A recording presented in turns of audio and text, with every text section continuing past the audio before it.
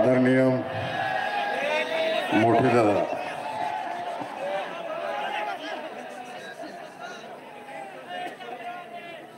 राष्ट्रवादी काँग्रेस शरद पवार पार्टीचे प्रदेशाध्यक्ष, आमच्या सर्वांचे मार्गदर्शक आदरणीय जयंत पाटील साहेब,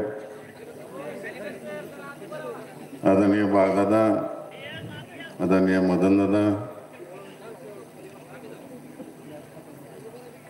व्यासपीठावर उपस्थित असलेले सर्व सन्मान्य अतिथी, सगळ्यांची नावं घेत बसलो तर वेळ जाईल. सगळ्यांची मी माफी मागतो या ठिकाणी. आणि गेल्या चार वाजल्यापासून तुम्ही सगळेजण इथं शिवरत्न बंगल्यावरती मांडी घालून बसलाय. सगळ्यांचे पाय दुखत आहेत. त्यामुळे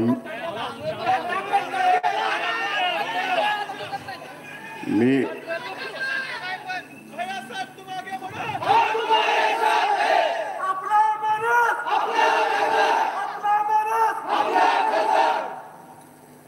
आज आदरणीय सहकार महर्षींच्या समाधीला साक्षीला ठेवून आपण सगळेजण या ठिकाणी जमलेलो. या महिन्यात असे अनेक योग आहेत. मी 11 तारखेला राजीनामा दिला. ज्यांनी या देशामध्ये समाजाची सुधारण्याची क्रांती घडवली, त्या दिवशी महात्मा फुलेंची जयंती होती.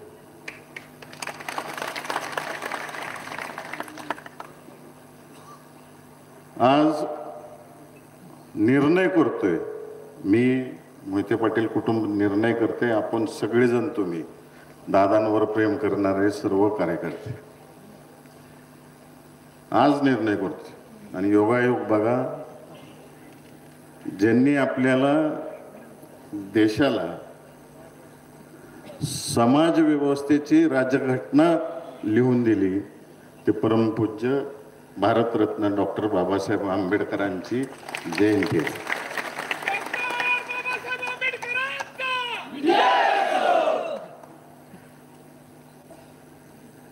म्हणजे हे सगळे योगायोग होत चाललेले आहेत. आणि आवर्जून सगळ्यांना सांगायचंय की सहकार महर्षी शंकरराव मोहिते पाटील साहेबांनी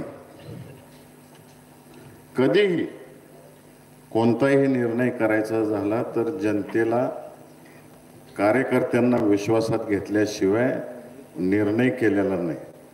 साहेब पहिल्यांदा शेकापमधून काँग्रेसमध्ये जात असताना सगळ्यांना विचारात घेतलं, या शिवरत्न बंगल्यावरच विचारात घेतलं आणि मग प्रवेश केला. तीच परंपरा आपण 2019 साली तुम्हाला सगळ्यांना विचारून निर्णय घेतला. आणि आज सुद्धा मोहिते पाटील परिवार तुम्हाला विचारल्याशिवाय कोणता निर्णय घेणार नाही. 2019 साली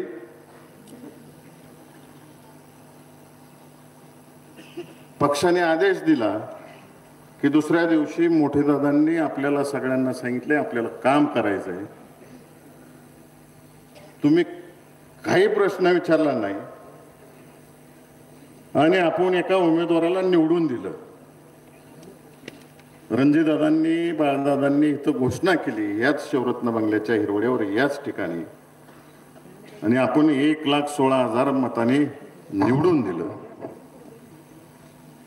त्याच्या पाठोपाठ कधी नव्हे ते सोलापूर जिल्हा परिषदेमध्ये आपले जिल्हा परिषदचे माळशिरस तालुक्यातले 8 सदस्य कोणतंही पद न घेता भारतीय जनता पार्टीला आपण पहिल्यांदा झेडपीच्या स्थापनेपासून पहिल्यांदा सत्ता आणून दिली, कायदेशीर कारवाईला पुढे गेले.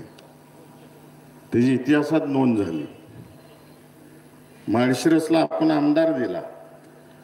पंढरपूर मंगळवेढ्यात सुद्धा आदरणीय दादांना मानणाऱ्या कार्यकर्त्यांनी पोटनिवडणुकीत आमदार निवडून दिला.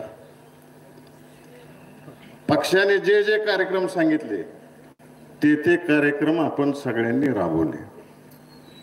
हे सगळं करत असताना मला आवर्जून सांगायचं आहे की दादांनी खासदार असताना खासदार निधी काय असतो हे प्रत्येक गावाला ओळख करून दिली. इथं जमलेल्या सगळ्यांनी सांगा, तुमच्या गावात एक ना एक काम तर आहे दादांचं. विरोधी पक्षात राहून त्या विभागाच्या मंत्र्यांकडून कसं काम करून घ्यायचं हे मोठे दादांनी गडकरी साहेबांकडून करून दाखवलं. आज दोन्ही पालखी मार्ग, साताऱ्यावरून जाणारा पंढरपूरला रस्ता, साताऱ्यावरून जाणारा लातूरचा रस्ता, हे सगळे सिमेंट रस्ते पालखी मार्ग, नॅशनल मार्ग उन्हाच्या काळात मंजूर झाले. मोठे दादा जेव्हा खासदार होते गडकरी साहेबांना पत्र दिलं, आज 6 पदरी रस्ते झालेले आहेत. त्याच्यानंतर दादासाहेबांनी सकार मर्शेंच्या जयंतीला, शतक महोत्सवी जयंतीला विजयसिंह मोहिते पाटील क्रीडा संकुलवरती आदरणीय रणजितदादांनी ब्रिटिश काळापासून प्रलंबित असलेली लोणंद पंढरपूर रेल्वेची मागणी केली. रणजितदादा ज्यावेळेस राज्यसभेचे खासदार होते, राज्यसभेच्या कामकाजात ममता बॅनर्जी त्या काळच्या रेल्वे मंत्री होत्या, त्यावेळेस मागणी केली होती. त्यानंतर मोठे दादांनी पाठपुरावा केला आणि रणजितदादांनी केला. साहेब योगायोगाने त्यावेळेस सकार मर्शेंच्या जयंतीला आचारसंहिता लागू झाली, म्हणून सुरेश प्रभू साहेबांनी त्यावेळेस घोषणा केली नाही. परंतु त्या भाषणात सांगितलं त्यांनी की आम्ही ह्याचा नक्कीच विचार करू. आणि बजेट होतं नंतर, आणि बजेटमध्ये शेवटचं रेल्वे बजेट होतं, त्यानंतर एकंदरीत बजेट सुरू झालं केंद्रामध्ये. त्या बजेटमध्ये सुरेश प्रभू साहेबांनी 1000 कोटीची तरतूद केली आणि 100 कोटीची टोकन अमाऊंट दिली. आज एक महाशय आपल्या मतदारसंघात सगळीकडे बोलत सुटलाय, मी वर्षाला 1,00,000 कोटी आणले, तासाला वर्षाला 1,00,000 कोटी आणले, तासाला 1000 कोटी आणले, असं बोलत सुटलाय. दिसले का रे बाबांना तुम्हाला हे कुठं आलेत, काय काम झाले? तिकडे दिसलंय कोणाला? ह्याला काय काम करायचे हे सुद्धा माहित नाही. रणजितदादांनी मला सांगितलं, अरे भैया अपंग लोकांसाठी आणि वयस्कर माणसांसाठी एक स्कीम आहे, ती राबवली पाहिजे आपल्या मतदारसंघात. ती राबवली, पण मी प्रत्येक तालुक्यात गेलो, प्रत्येक तालुक्यात जाऊन अपंगांना तपासण्या केल्या. तळेकर सर तुमच्याच कार्यालयात केलं. साहेब हे सगळं केलं, केंद्राचं चांगलं सामान आलं, माळशिरस तालुक्यात पहिलं वाटप झालं, चांगलं झालं. नंतर ह्या महाशयाने सीओला फोन लावला, BDOला फोन लावला, प्रत्येक तालुक्याच्या सामान अजून सुद्धा सगळीकडे पडू नये. त्या अपंग लोकांना कसलंच साहित्य जाऊन दिलं नाही. त्या स्थानिक आमदारांनी, आता सगळेच विरोधी आमदार आहेत, त्या सगळ्या आमदारांनी सांगितलं की एक सुद्धा साहित्य वाटायचं नाही. साहित्य वाटायचं झालं तर आमच्या हस्ते वाटायचं. सगळ्यात शेवटी मी त्या सगळ्या अधिकाऱ्यांना फोन लावला, आमच्या हस्ते नाही झालं चालेल, कुणासाठी आले? ते गोरगरिबासाठी आले, ते द्या. अजूनपर्यंत वाटत नाही, गोडाऊनमध्ये पडू नये सगळं साहेब. आणि 1,00,000 कोटी कुठे गेले मला हेच समजत नाही.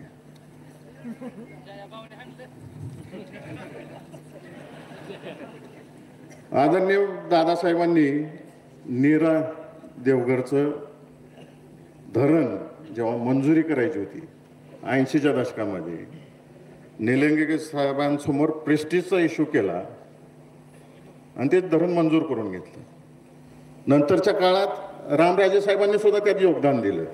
आणि आपल्या सगळ्यांना माहिती आहे की विदर्भाचा जेव्हा अनुशेष निघाला तेव्हा पश्चिम महाराष्ट्रातल्या सगळ्याच योजनांवरती राज्यपालांनी बंदी घातली. आता तिकडचा अनुशेष दूर झाला. दूर झाल्यानंतर पश्चिम महाराष्ट्रातली कामं चालू झाली. लाख मतं ज्या माणसाला दिली आम्ही, त्याचं काम होतं की मोठे दादांना त्या बैठकीला घेऊन जायचं, रणजितदादांना त्या बैठकीला घेऊन जायचं, इथला आमदार घेऊन जायचा. तर गेले नाहीत बैठकीला घेऊन. तेव्हा अजितदादांची राष्ट्रवादी अजून पक्षात आली नव्हती, ह्यांच्या युतीमध्ये आली नव्हती, महायुतीमध्ये. विरोधी पक्षातले 2 आमदार घेऊन तिथे गेले आणि नीरा देवगरची बैठक केली. त्याच्या आधी नीरा देवगरचं काम महाविकास आघाडी सरकार असताना तुम्ही सगळं फायली तयार करून ठेवल्या होत्या. यांनी फक्त पुढे ढकला असताना तुम्ही सगळं फायली तयार करून ठेवल्या होत्या. यांनी फक्त पुढे ढकलायचं काम केलं आणि सांगते आता मी पाणीदार खासदार आहे. पाणी कुठं दिसलं अरे बाबा, कृष्णा भीमास्तिरीकर दादांचा जिव्हाळ्याचा विषय, 6 जिल्हे आणि 31 तालुक्यासाठी योजना, त्याला सुद्धा विरोध. ज्यांनी चेष्टा केली त्या लोकांना घेऊन बैठकीला. आता काय कृष्णा भीमा स्थिरीकरणच्या ऐवजी कृष्णा भीमा फ्लड डायव्हर्शन असं नवीन नाव दिलेलं आहे. प्रत्येक गोष्टीत दिशाभूल करायची जनतेची आणि केवळ मोठे दादांना आणि रणजितदादांना कुठल्याही गोष्टीचं क्रेडिट नाही मिळालं पाहिजे म्हणून हे सगळे टाळायचं. पक्षाचे पदाधिकारी नेमताना सुद्धा प्रत्येक गोष्टीत ह्या खासदारच नाक आहे की नाही. शिवानाला सांगतोय माणसातली माणसं द्या. ज्यांनी मतं टाकली नाहीत ते ह्याच्या गाडीत माणसं, ज्यांनी मतं टाकली नाहीत त्यांना पद.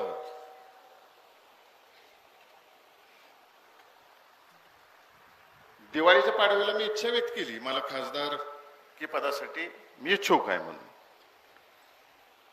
आणि मी फिरत राहिलो सगळ्या मतदारसंघामध्ये. 13 मार्च का काय तर त्याच्या आसपास यांची उमेदवारी जाहीर झाली. मग म्हणलं आता घरी बसू, काय गरज नाही, पुढच्या वेळेस कधी. परंतु माळशिरस तालुक्यातल्या जनतेने तसंच माढा लोकसभा मतदारसंघातले जे कार्यकर्ते आमच्या आजोबांपासून आतापर्यंत जे प्रेम करतायत ते प्रत्येकाने मोठे दादांना आणि बाळदादांना भेटायला सुरू केलं. भैयाला आमच्या गावात पाठवून द्या, आम्हाला बोलायचं आहे. मग बाळदादांनी सांगितलं सगळ्यांनी, आणि मोठे दादांनी सांगितलं जावा, प्रत्येक गावात जावा आणि लोक काय म्हणते ते ऐकून घ्या. साहेब मी प्रत्येक गावात गेलो. आमच्या आजोबांपासून सक्कारमर्शी पासून दादा रणजितदादा यांनी प्रत्येक गावात आपापली पदं असताना काय काय दिलं ह्याची उजळणी करून देत होते आम्हाला. हे केलं ते केलं. बऱ्याच वक्त्यांनी उजनीच्या विषयावरती बोललेत, ह्याच्यावर बोललेत, पुन्हा मी त्याच्यावर बोलत नाही. परंतु सगळ्यांनी जी आठवण करून दिली, एका गावात मला तरुण पोरांनी सांगितलं उभा राहणारा असेल तर गावात यायचं, नाहीतर यायचं नाही. हाय असं गाडीतनं बसान जावा म्हणली. करमाळ्यातला आहे, बरोबर आहे ना, करमाळ्यातला विषय त्या दिवशी माघारी जायचं म्हणली. आणि दादांना पण सांगा, जाईल तिथं असंच पट्टा सुरू झाला. मी हे सगळं दररोज मोठे दादांना येऊन सकाळी सांगत होतो, कुटुंबातले आम्ही सगळेच येऊन सांगत होतो असं असं सगळेजण म्हणते. आणि त्यानंतर वेदना सांगायला सुरुवात केली. बऱ्याच जणांनी सांगितलं, दुधाच्या दरात सांगितलं, शेतकऱ्यांचे काय व्यथा हे सांगायला सुरू केलं, पाण्याची परिस्थिती काय आहे सांगायला सुरू केलं. एवढ्या वेदना शेतकऱ्यांच्या ऐकायला मिळायला लागल्या. मग त्या दिवशी ठरवलं मी की आता माझ्यासाठी नाही मला उभं राहायचं. जसं मगाशी मी सांगितलं त्या गावात की कारभारी घरचा चांगला लागतो, कारभारी नीट असलं की घर नीट चालतं. या सोलापूर जिल्ह्यातील आणि माढा लोकसभा मतदारसंघातील लोकांना चांगला कारभारी पाहिजे.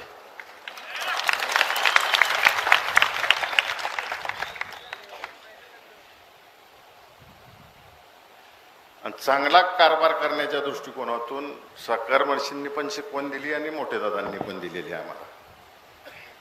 जनतेची कामं कशी करायची आणि वेळ कसा द्यायचा. आता तुम्ही सगळ्यांनी सांगायचं आहे काय निर्णय घ्यायचा. मी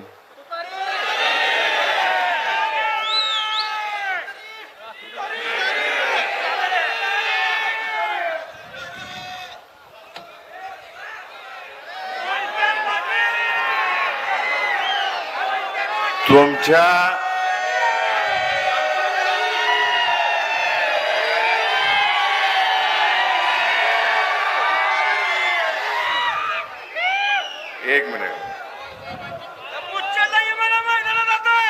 एक मिनिट काही जणांनी प्रश्न विचारला.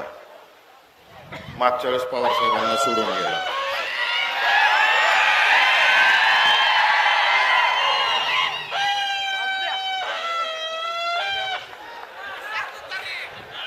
मागच्या वेळेस पवार साहेबांना तुम्ही सोडून गेला असा प्रश्न विचारला. त्याचं उत्तर मी द्यायची गरज नाही.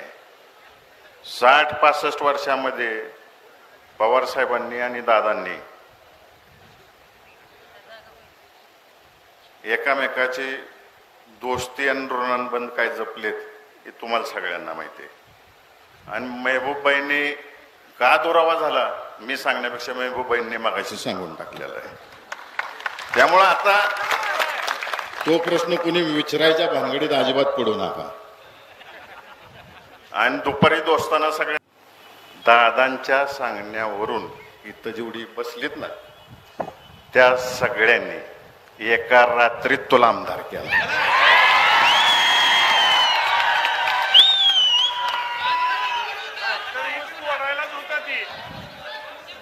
आणि तुला एका रात्रीत तुझं पार्सल माघारी पेडला पाठवायचे आमच्या. Thank you.